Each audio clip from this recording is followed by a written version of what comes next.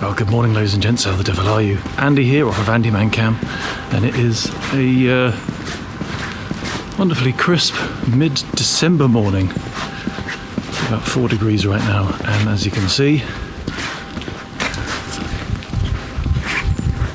still completely dark, but the weather forecast for today is supposed to be quite stupendous.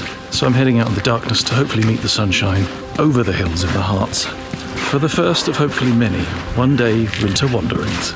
So it's just a quick blast down the motorway. I get to spend some time in the twisties for the first time in far too long.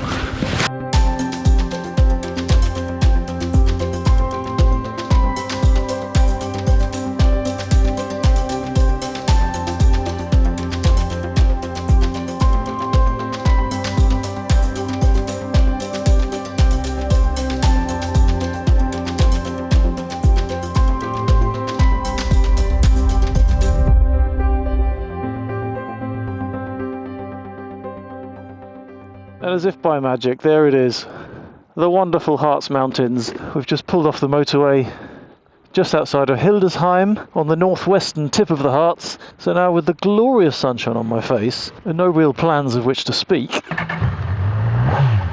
go and see if we can't get some twisties.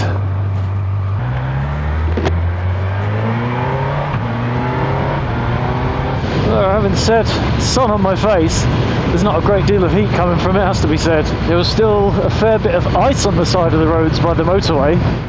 So I think the temperature now is roughly somewhere between 4 to 6 degrees centigrade, of course. Otherwise I'd probably be dead already. Santa's out already. So I doubt if there's going to be any peg scraping craziness today, because the road dry here. In patches it looks very slippery, very shiny, especially in the shadowy bits. So I'm just going to be pushing across the Harz from northwest to southeast at a swift but cautious pace. Try and take in as many enjoyable twisties as I can. Make the most of this glorious day, because yesterday was cold and grey and rubbish. Tomorrow will once again be cold and grey and rubbish, with a heavy smattering of wet to go with it. So it seemed like too good of an opportunity not to get out on the bike, endure that 2 hours on the motorway, which was pretty friggin' freezing, take in some enjoyable riding just 1 week before Christmas. But while we're on the way to the proper twisties, on the way to the Harz proper, what's new? What's changed? It's been a while since I've spoken to you, really, with any kind of current affairs. Just finished putting out the very damp Thüringer Wald series with The Likeable Rider, which, if you hadn't guessed, was actually about 3 months ago. So it's taken a long time to get caught up with the videos, with all of the footage that I've stacked up over the year. But yeah, the first thing you'll notice is new is that I'm sporting some new gear. This is the Nova jacket and Grado trousers from German manufacturer Büse, and this is a fully laminated textile suit. So we're talking top end. Laminated stuff is of course the stuff that provides you with stupendous levels of waterproofing, but also the jacket and the trousers won't get heavy when they get wet, because the rain just runs off like water off a duck's back. It's interesting. So it seems like when I'm on tick over, the Thunderbox switches itself off. It's very nice of you chaps to close the level crossing so that we can all watch the train make it stop. Couldn't that be the other way round? German efficiency. And this jacket and trouser combo has been given to me by Büse, so thank you very much to you guys, to do some testing on and to give me the ability to go out all-weather touring. And the real beauty of the laminated stuff is that you can just wear it in all conditions. Never have to stop and put your waterproofs on, because this stuff is as waterproof as a proper set of waterproofs, and like I said, it won't ever get heavy, it won't get wet. So I'm very excited to be able to try this out properly. Also, as well as the jacket, they've sent me a set of the Impact ST waterproof gloves and the Toursport Pro boots, all so far appearing to be very high quality, very comfortable, proper good gear. I've got high hopes for this stuff.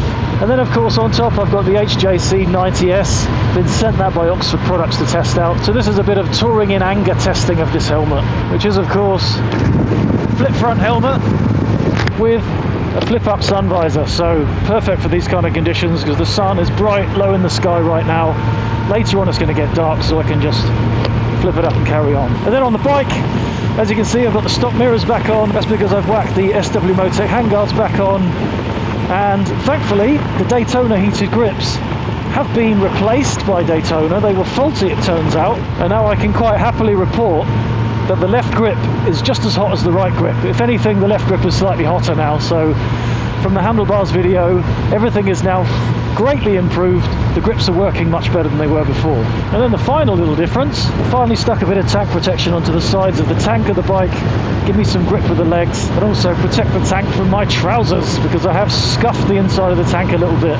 The paint on this tank appears to be very soft and doesn't like to be rubbed very much. So these are the traction pads from R&G, not sent to me by R&G as it happens. They have not deemed it necessary to reply to any of my emails. But anyway, enough about the gear, enough about the stuff. Let's get on and do some riding, get ourselves into them there hearts.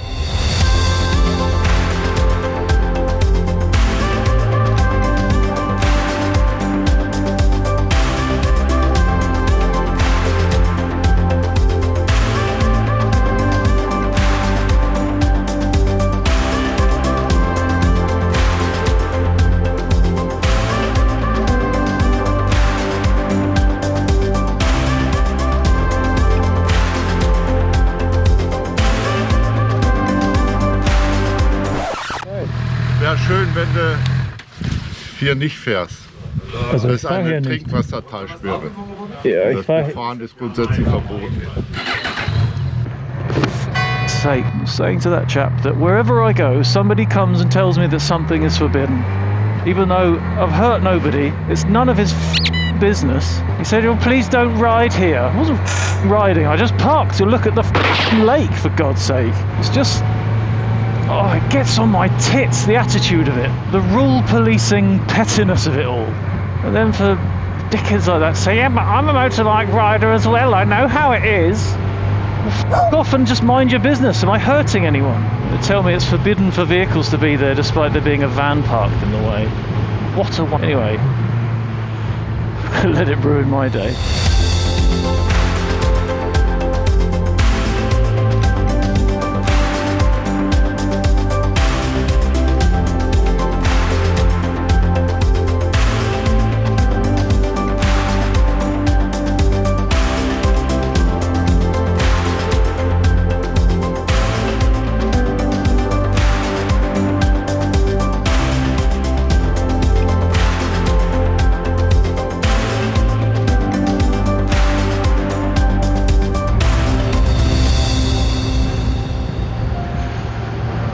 Wow. I heard actually on the Likeable Riders last video, when he was in the Harz with a couple of chums, that there's this crazy beetle ravaging through the Harz forest at the moment, and as you could see just then, killing all the trees. That's really sad. Just apparently eats the bark or eats something internally on the tree, and then the whole thing dies. So it's bad enough that mankind is chopping all the trees down, but Mother Nature's having a good crack at it as well.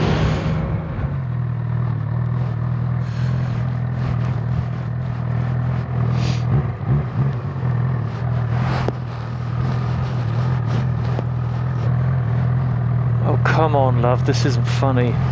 Okay, yes please.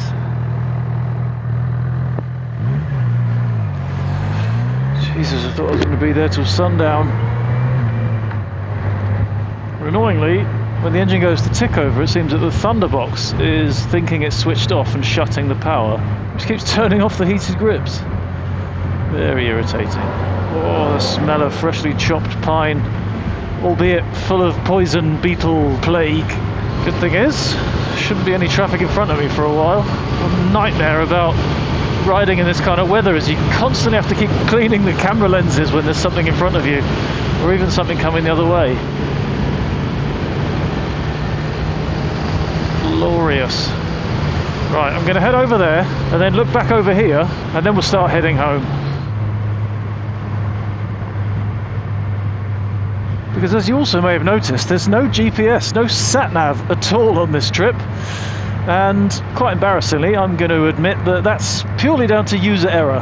The Garmin is in fact in one of the Panniers, but in the interests of speed and efficiency, Samplonker decided that he would wait until he was already in the Harz. Oh, it's her again. She's still not got that bike down. Yeah, I was going to wait until he was in the Harz before setting up the sat-nav and the cameras and all that. And I brought the Garmin, but no cradle, so there's no way to mount it anywhere. So pretty much just winging it. I don't think that's what I want. So after saying that I'm winging it, I'm thinking that was the way I wanted to go. So stand by. Absolutely loving the fact that on this Büse stuff, almost all of the pockets are completely waterproof, so I can jam my phone in them, not worry about it. I mean, obviously the phone is water resistant anyway, but yeah. These two pockets, two thigh pockets on the trousers, and the two hip pockets on the trousers, plus the big one on the back of the jacket, all 100% waterproof. Absolutely brilliant. Right, where are we going?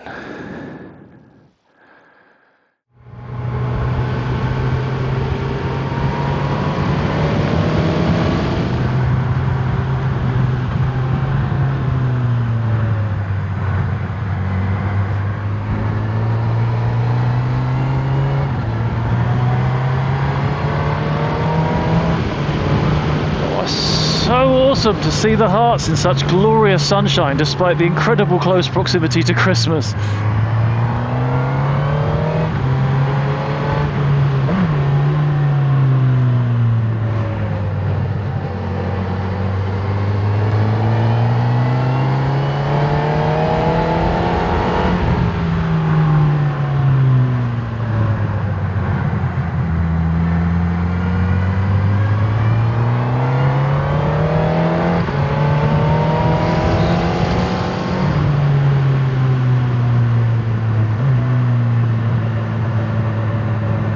Sloppy, very sloppy.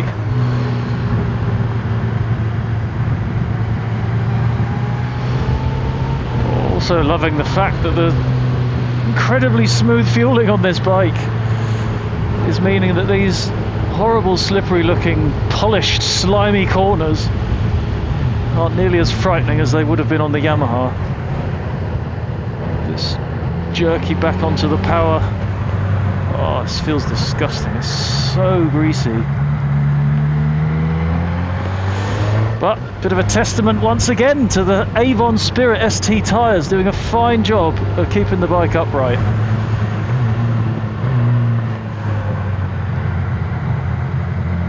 Well, I say upright, I mean keeping it leaned over, but leaned over where it's meant to be, not leaned over too far. I know what I mean.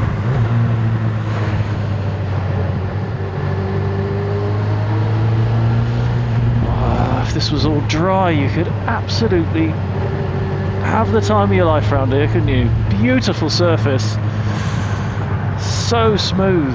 It's like a pool table, except the pool table covered in soapy mud.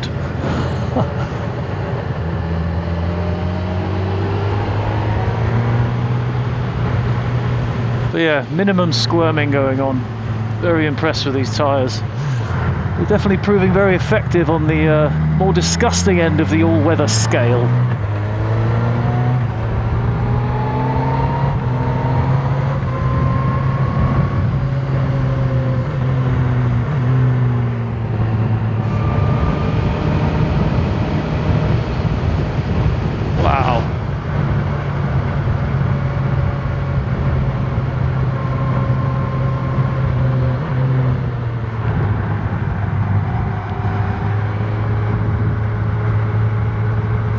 fog in the valley, like, you know.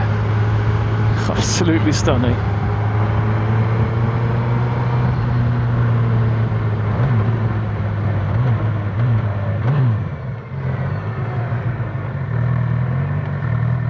Along with the tasty ghost house, why ever not?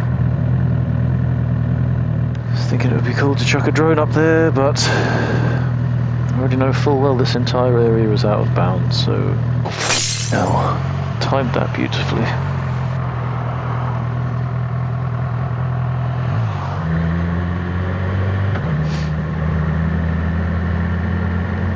It's a real shame that.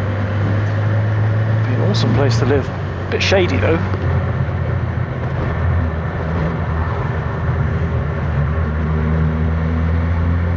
Such pretty little towns around here.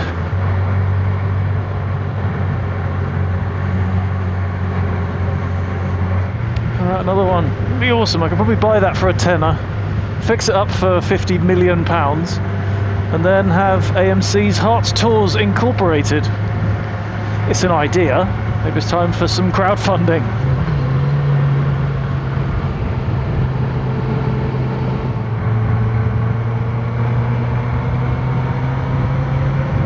Another misty valley. Proper moody like, innit?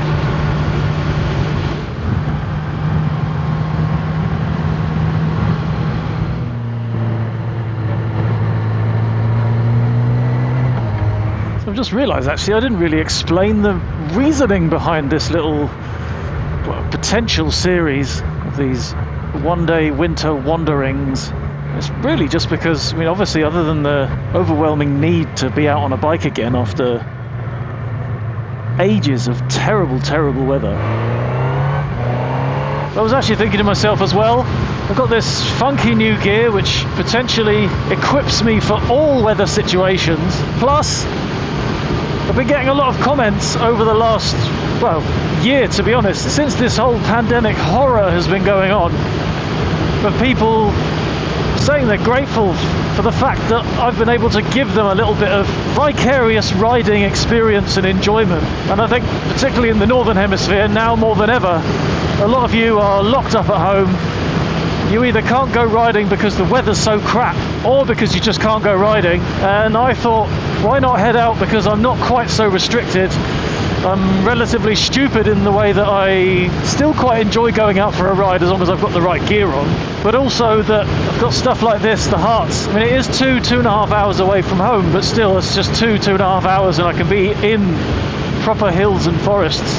So I thought I'd do that, bring you as much riding enjoyment as I possibly can throughout this dark, dark period in our times. But of course, I'm not entirely unrestricted, and that's the reason why they're going to be one-day winter wanderings, because I can only do day trips. I'm actually restricted insofar as hotels in Germany right now are not allowed to have tourists, full stop. It's business stays and emergency, absolutely vital stays only, which means I can't stay anywhere. I can't go all that far afield. I think I might be able to push, get as far as Sauerland, maybe a bit of Weserbergland, probably take in a bit of very, very far northern Germany as well, possibly even press the borders of Denmark and see how that goes. But anyway, it's an adventure, so we shall see. But this is us now poking out of the southeastern edge of the main central Harz. Obviously there's all of the Südharz still to come, which is all of the southeastern area of the hills and the forest that continue on for many, many more miles. But sadly, we need to dip back in, start heading north again, away from this beautiful, beautiful sunshine, and on to home before it gets too dark. Because although I have got the SW-Motech super duper laser fog lights on, I don't really want to be riding in the dark because the temperature's just going to go through the floor. So let's head back into the forest, get some more twisties in before I refuel, a cup of coffee, and then I blast up the motorway to home.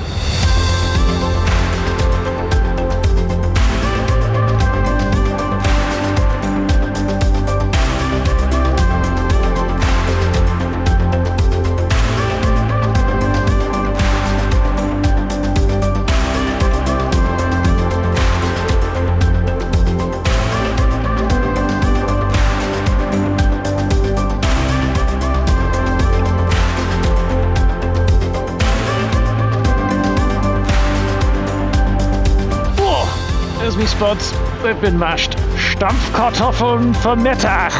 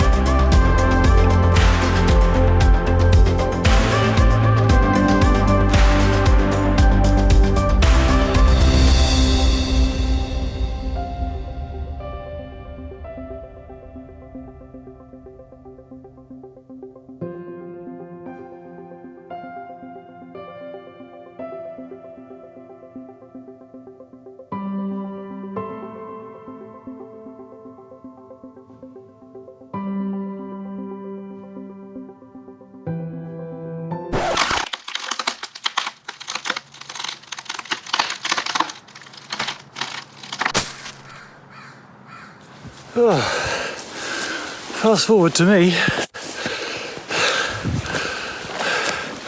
in the wilderness because I crashed this guy. Oh, I just had to climb, well, descend and now climb all of that because I crashed the bloody thing. Just trying to get some arty shots. I think this decides it for me. Drone flying is not my bag. I need to get rid of the thing because the stress is slowly killing me. I used to have hair before I had a drone. Now I'm going to get back to the top, find somebody to nick my bike away. Or stab myself in the chest with some saplings. Oh. Oh. Nearly there. Oh Jesus, it's not going to get cold now. The drone is right down the bottom there. Thankfully, the bike is still there. Oh well. Yes, I've got to get home before it gets dark now. I can't breathe. Look at this guy. He's picked up some foliage here, but I'm getting gyro errors, camera errors, GPS errors, so I'm not going to try again. I will see you in a minute back on the bike.